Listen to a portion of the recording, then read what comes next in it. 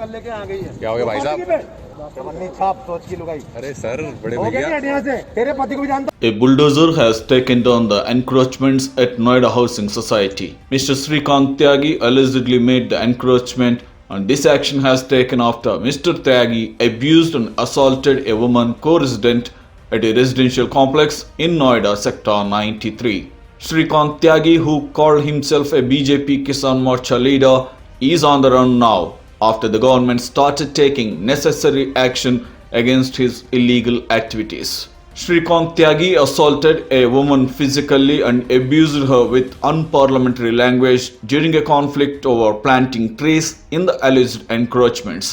चवन्नी छाप सोच की लुगाई। अरे सर, बड़े हो भैया। गया यहाँ से तेरे पति को भी जानता। The woman co-resident raised objections over planting trees in the illegal space in the residential complex. Furious, Tyagi pushed the lady on camera while using foul language. This video has been viral since then. Later, a case was filed against Mr. Tyagi for assaulting the woman under IPC section 354. A mob entered the residential complex inquiring about her whereabouts with the intention to threaten her.